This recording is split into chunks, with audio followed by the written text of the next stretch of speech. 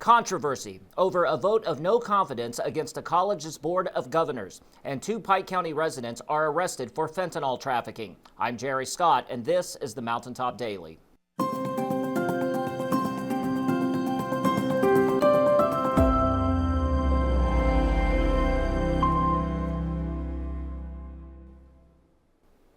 Controversy surrounds Southern West Virginia Community and Technical College as the president and staff are locked in a dispute with the school's Board of Governors. The conflict has resulted in a vote of no confidence against the board, although the board's new chairman questions the validity of that vote. Those developments set an uncomfortable backdrop to last night's meeting of the board. Sheldon takes us to the meeting. I have been in higher education over almost 35 years. I have seen votes of no confidence against presidents. I have seen votes of no confidence one time against a president, a vice president, and an HR director, which was kind of interesting. And this is the first time I have ever seen a vote of no confidence against the Board of Governors. Southern West Virginia Community and Technical College in Logan, West Virginia has had a governing board in crisis for several months. And as with most crises, there are 2 sides to the story.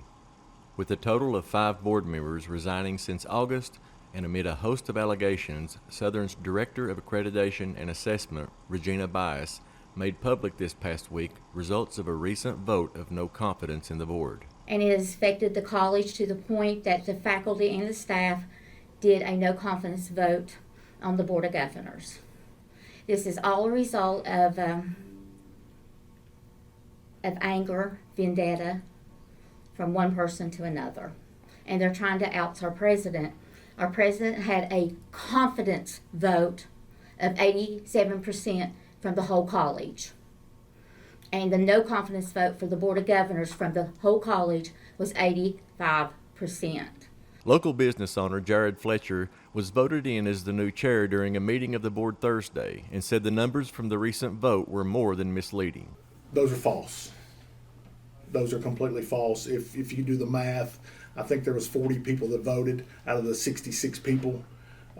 31 of them voted no. There was 3 abstained, 3 voted yes, and there were 66 people that refused to vote due to the conditions that they were put under to vote.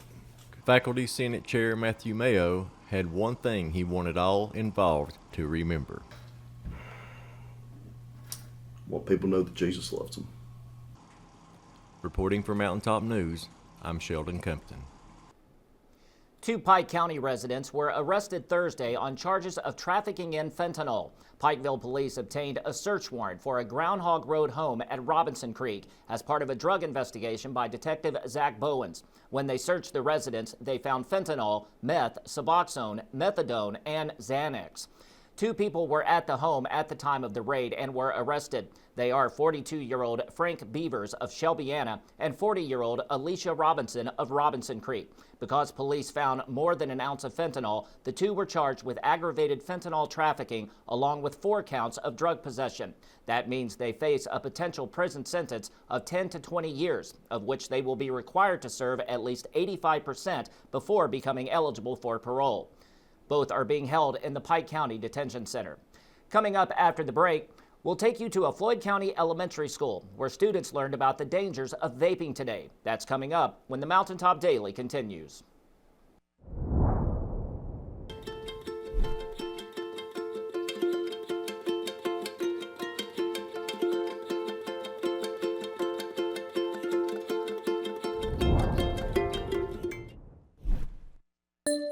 Hey, it's Kristen, Marketing Manager at Appalachian Wireless. I have some great news. Switching to the region's best network has never been easier. With nationwide portability, you can now bring your number to Appalachian Wireless and experience exceptional local customer service with coverage that keeps you connected. Switch to the carrier that puts you first at home or wherever you go. Make the switch today. Visit AppalachianWireless.com or stop by one of our retail or authorized dealer locations for more information. We are you. We are Appalachian Wireless. A group of high school students who make up the youth leadership cohort went to Allen Elementary today to talk to students there about why they shouldn't use vape products. Nick went to the school to bring us a look. On Friday, March 7th, students at Allen Elementary School were given an interactive presentation as part of an anti-vaping initiative. High school students from around the region gathered in the gymnasium to talk about the dangers and long-term effects of vaping and e-cigarettes.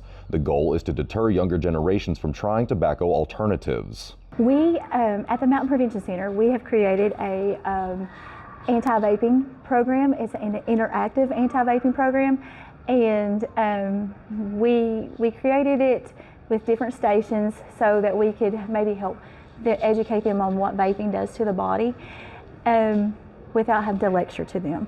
And so they seem like they're enjoying it with what they're doing right now. We have, obviously, it's all about the big mighty dollar, it feels like. So those companies are going to target the ones that is most vulnerable, which is our youth.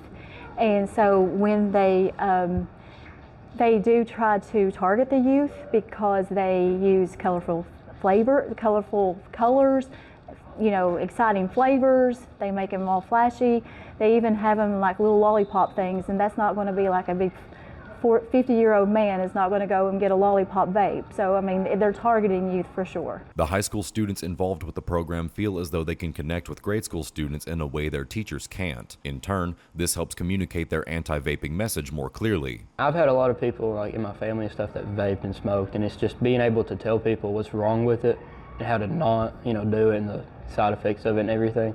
It just makes me kind of happy, makes me feel useful and everything. And then having like a sister at this school, getting able to spread that information to her kind of makes me feel important. I think that just the way Mary goes about it, you know, she brings us fun games to play, and then like when we go to events like this, it's not so much as just putting up a presentation and showing them what it says. It's more of relating to them, having fun with them, and just allowing them to be themselves, not just have information shoved down their throats. Reporting for Mountaintop News, I'm Nick Collum. That will do it for this edition of the Mountaintop Daily. Be sure to check us out at 6 p.m. every weekday on Mountaintop TV, the Mountaintop TV app, and the Mountaintop News Facebook page. With your Mountaintop Daily, I'm Jerry Scott for Mountaintop News.